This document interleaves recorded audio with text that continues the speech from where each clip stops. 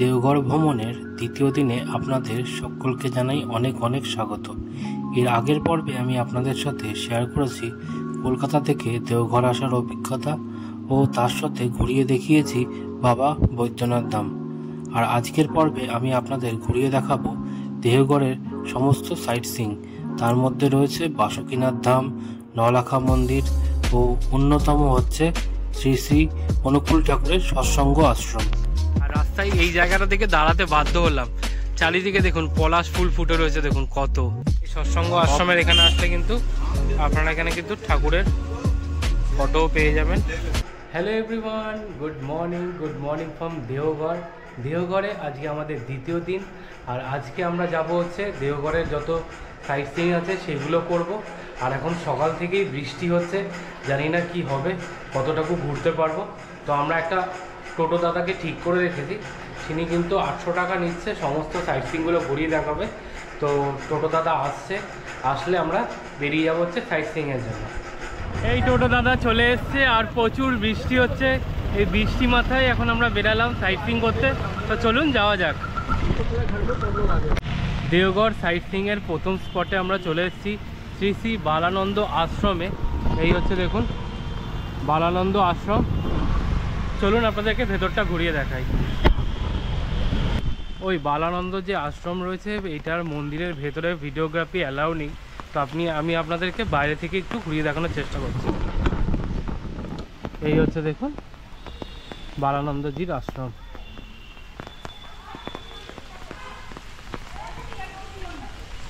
এই হচ্ছে দেখুন বালানন্দ যে ব্রহ্মচারী যে আশ্রমটি বললাম, সেই আশ্রমের মূল মন্দির। এটা বাইরে থেকে আমরা এই ভিডিও নিচ্ছি, ভেতর থেকে ভিডিও অ্যালাউ নেই, তাই আপনাদেরকে বাইরে থেকে একটু দেখিয়ে দিলাম। কি অপূর্ব, পুরোটাই কিন্তু মার্বেল দিয়ে তৈরি এই মন্দিরটা, অপূর্ব সুন্দর। আর 9 কোটি টাকা খরচা হয়েছে এই মন্দিরটা তৈরি করতে। এই বালানন্দ আশ্রম ঘুরে এখন আমরা চলে এসেছি হচ্ছে নলাক্ষা মন্দিরে। এই হচ্ছে দেখুন নলাক্ষা মন্দির। এই মন্দির কিন্তু নির্মাণ করেছিলেন চারুশীলা দেবী, তার ছেলে যতীন্দ্র দাস, তার স্মৃতিতে আর কি এই মন্দিরটি কিন্তু নির্মাণ করেছিল। আর এই মন্দিরটি নির্মাণ করতে প্রায় 9 লক্ষ টাকা খরচা হয়েছিল। দেখছেন কি অপূর্ব সুন্দর। এই হচ্ছে চারুশীলা দেবীর একটা মূর্তি বানানো রয়েছে, দেখুন এখানে।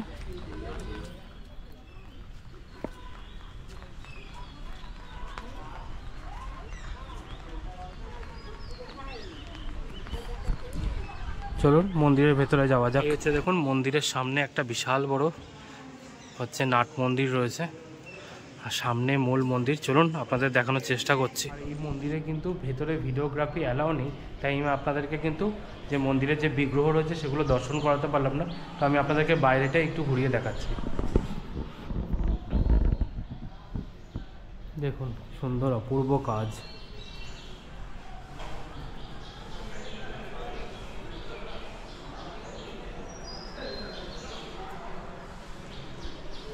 এই হচ্ছে দেখুন মন্দিরের পেছন দিকটায় আমরা রয়েছি। কি অপূর্ব সুন্দর কারুকাজ, অপূর্ব।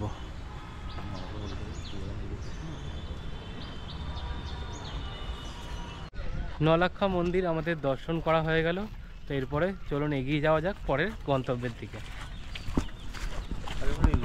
এই নলাখা মন্দির ঘুরে এখন আমরা চলে এসেছি হচ্ছে জগবন্ধু আশ্রমে।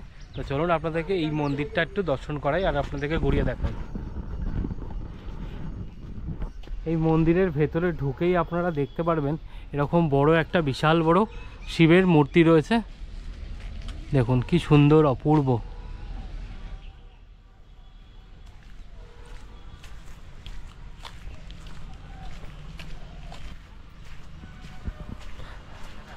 আর এই পাশটায় দেখুন বড় বড় পাথর রয়েছে বেশ।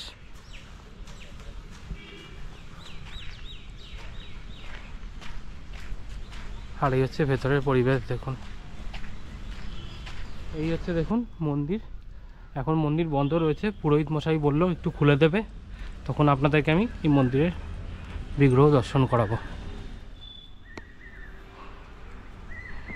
এই হচ্ছে দেখুন জগবন্ধু আশ্রমে ওনার ফটো রয়েছে এখানে।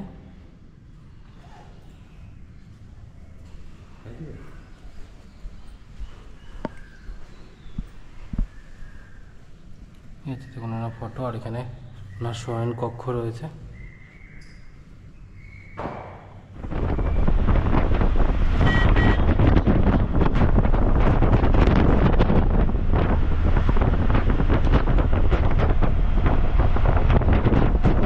এই জগবন্ধু ধাম ঘুরে এখন আমরা চলে এসেছি তপবনে। আর সকাল থেকে কিছু এখনও ব্রেকফাস্ট করা হয়নি, তাই এখন এখানে ব্রেকফাস্টটা করব। এখানে পুরি সবজি পাওয়া যাচ্ছে, 4 পিস পুরি দিয়ে সবজি দিয়ে দাম নিচ্ছে হচ্ছে 30 টাকা। তো এখন এখানে ব্রেকফাস্ট করব, তারপরে আপনাদেরকে কিন্তু তপবনটা ঘুরিয়ে দেখাবো। এই চলে এসছে দেখুন আমাদের সকালের ব্রেকফাস্ট, পুরি আর এই হচ্ছে সবজি। পুরিগুলো বেশ মোটা মোটা বানিয়েছে, 4 পিস পুরি সবজি 30 টাকা। ব্রেকফাস্ট করা হয়ে গেল, তো চলুন এখন আপনাদেরকে আমি তপবনটা একটু ঘুরিয়ে দেখাই।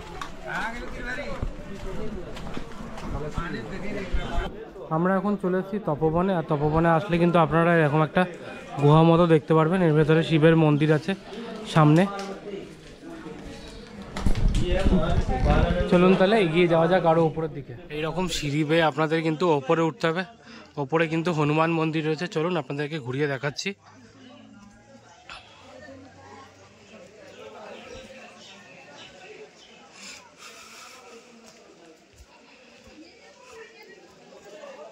কিছুটা উঠে আসার পরে দেখুন এখানে একটা গুহা মতো দেখতে পারবেন আপনারা। এই যে দেখুন,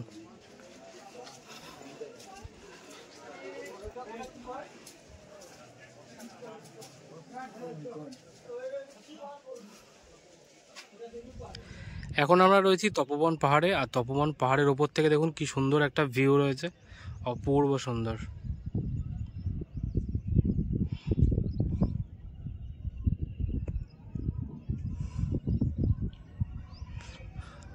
আর ওই দূরে যে পাহাড়টা দেখতে পাচ্ছেন ওটাই হচ্ছে ত্রিকুট পাহাড়, ওখানে যাব আমরা কিছুক্ষণ পরে। খুব সুন্দর ওপরে ভিউ। এখানে দেখুন বালানন্দ ব্রহ্মচারীর এখানে একটা মূর্তি রয়েছে, আর এখানে একটা গুহা মতো রয়েছে, এরকম নিচ দিয়ে যেতে হয়। চলুন আপনাদেরকে ঘুরিয়ে দেখিয়ে আনি।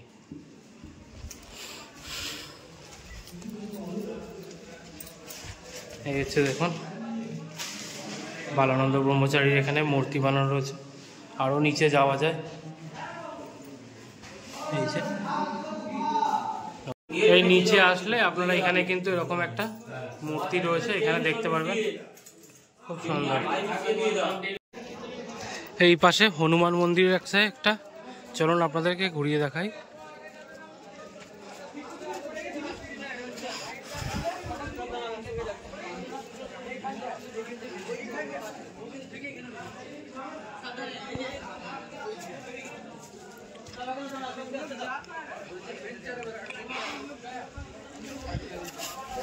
এই একটা মন্দির মতো রয়েছে এখানটায়, আর এই পাশটা দেখুন এরকম গুহা মতো।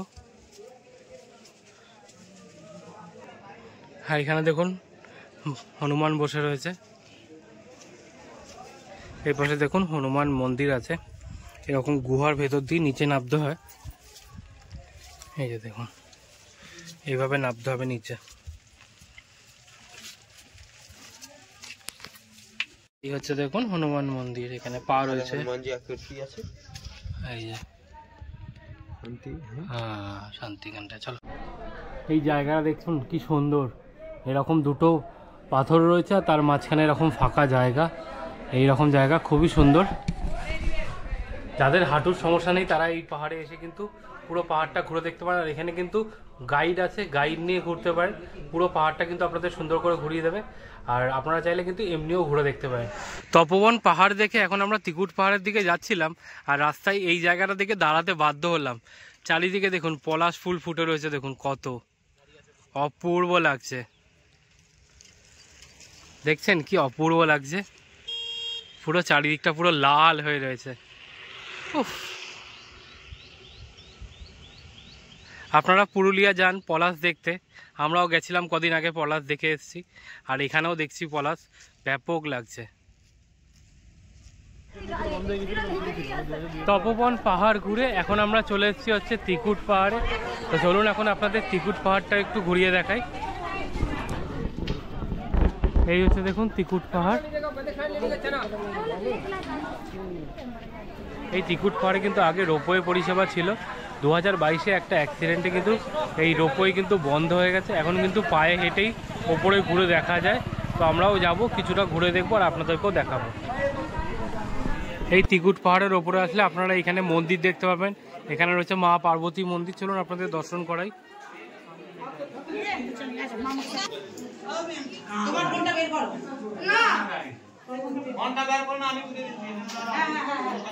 আর এই পাশে দেখুন শিব মন্দির রয়েছে।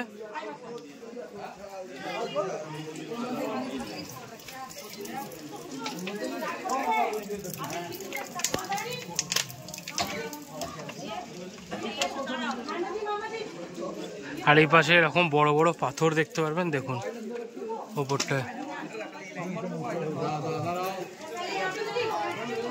আপনারা এরকম পাহাড়ের ওপরটা একটু হেঁটে ঘুরে দেখতে পারেন, দেখুন বিশাল বড় পাথর।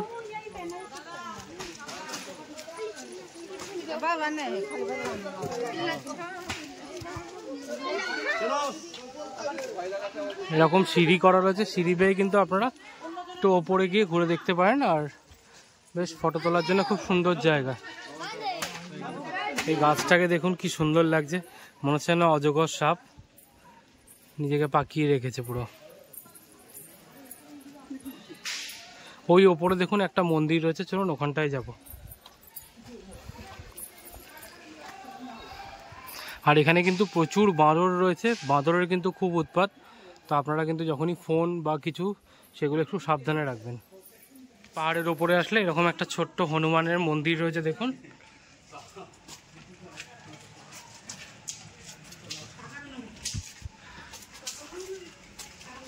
এই ত্রিকুট পাহাড়ের এখানে টুকটাক খাবার দাবার পাওয়া যাচ্ছে, অনেক দোকানপাটও আছে এখানে, কিন্তু আপনারা টুকটাক খাবার দাবার পেয়ে যাবেন। এখান থেকে আমরা ঝালমুড়ি নিচ্ছি, এখানে দেখুন ঝালমুড়ি পাওয়া যাচ্ছে 20 টাকা করে। এখন ঝালমুড়ি নিয়ে একটু টেস্ট করব। এই ত্রিকুট পাহাড় আমাদের ঘুরে দেখা হয়ে গেল। ওপরে বেশ অনেকগুলো মন্দির রয়েছে, আপনারা চাইলে পায়ে হেঁটে উপরে গিয়ে ঘুরে দেখে আসতে পারেন। বেশ সুন্দর, আর বেশ সুন্দর সুন্দর ফটোও তুলতে পারেন। আর ওপরে আরেকটা আশ্রম রয়েছে, ত্রিকুটাঞ্চল আশ্রম, সেখানের ভিডিওগ্রাফি অ্যালাউ ছিল না, তাই আমি আপনাদের দেখাতে পারলাম না। তো যাই হোক, আমাদের ঘুরে দেখা হয়ে গেছে। এরপরে যাব আমরা বাসুকীনাথ ধাম দেখতে।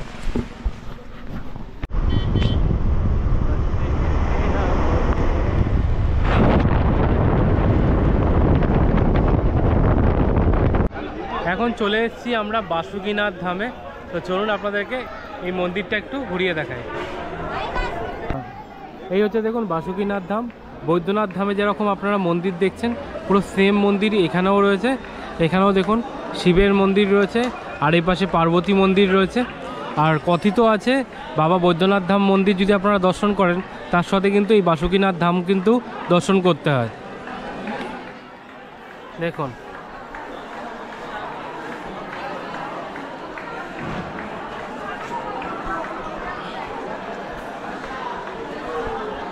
বাবা বৈদ্যনাথ ধামের মতো এখানেও কিন্তু আপনারা অনেক ছোট ছোট মন্দির দেখতে পারবেন।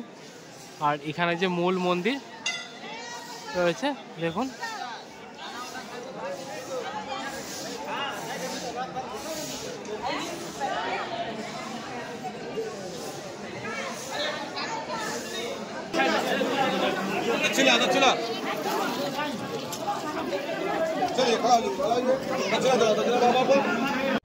এই বাসুকীনাথ ধাম ঘুরে এখন আমরা চলে এসেছি আজকের দিনের আরেকটা গন্তব্যস্থল নন্দন পাহাড়ে। তো এখন রয়েছি আমরা নন্দন পাহাড়ে, চলুন আপনাদেরকে ঘুরিয়ে দেখাই নন্দন পাহাড়টা।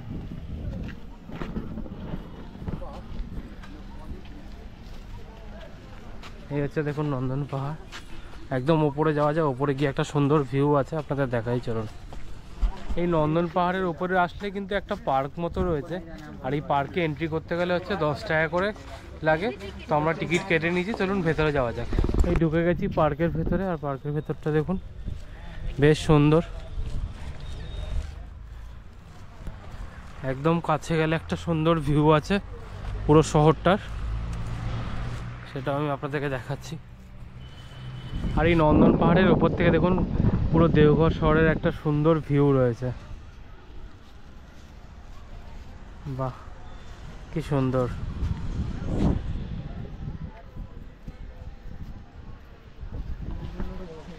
এই পার্কের ভেতরে আসলে এখানে কিন্তু বেশ অনেক কিছু অ্যাক্টিভিটি রয়েছে। আপনাদের সাথে যদি ছোট বাচ্চা থাকে তারা কিন্তু বেশ এনজয় করতে পারবে। বেশ অনেক কিছুই আছে এখানে দেখুন।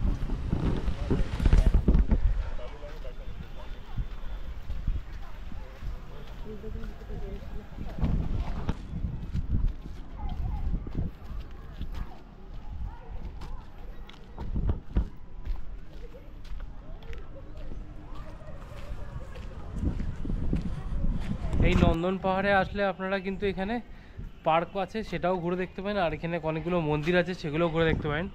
এই হচ্ছে দেখুন এখানে বেশ অনেকগুলো মন্দির রয়েছে। এই পাশে যেরকম মা শেরাবাড়ির মন্দির, এই পাশে একটা মন্দির রয়েছে, এদিকে একটা মন্দির রয়েছে দেখুন এদিকে।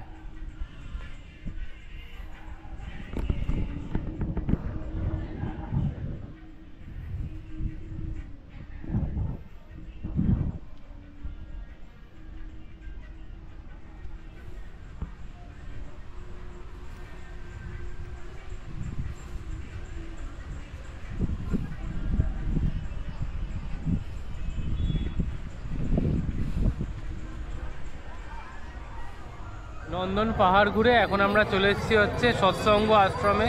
এই আমার সামনে দেখতে পাচ্ছেন সৎসঙ্গ আশ্রমের গেট। ভেতরে তো ভিডিওগ্রাফি অ্যালাউ নেই, আপনাদের ভেতরে কিছুই দেখাতে পারবো না, আপনাদের বাইরে থেকে একটু ঘুরিয়ে দেখানোর চেষ্টা করবো।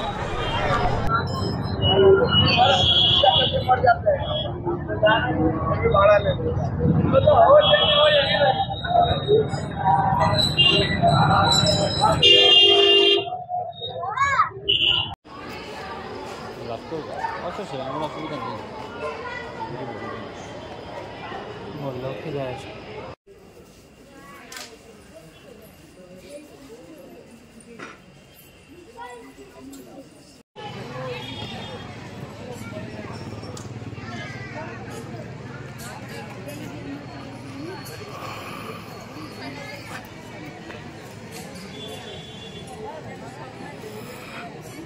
সৎসঙ্গ আশ্রমের এখানে আসলে কিন্তু আপনারা এখানে কিন্তু ঠাকুরের ফটোও পেয়ে যাবেন।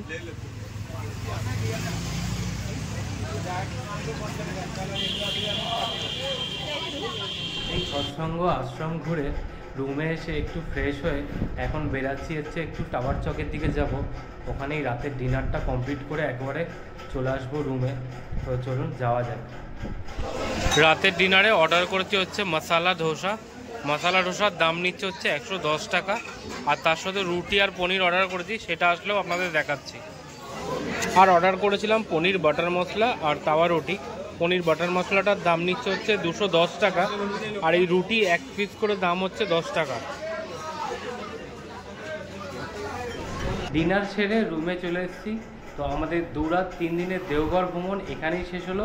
কাল আমাদের সকালে ট্রেন রয়েছে 12318 জেসিডি কলকাতা অকল তখত এক্সপ্রেস, সেই ট্রেনে করে আমরা বাড়ি ফিরে যাব। তো এই ভিডিওটা আমি এখানে এন্ড করলাম, আবার হাজির হয়ে যাব নতুন কোনো জায়গায় নতুন কোনো ভিডিও নিয়ে। ততক্ষণ ভালো থাকবেন, সুস্থ থাকবেন, আর দেখতে থাকবেন আশিস দাস ব্লগ। আর চ্যানেলে নতুন হলে চ্যানেলটিকে প্লিজ সাবস্ক্রাইব করবেন, আর ভিডিওটি কেমন লাগলো কমেন্ট করে জানাতে বলবেন না। তো এখনকার মতো এখানেই টাটা।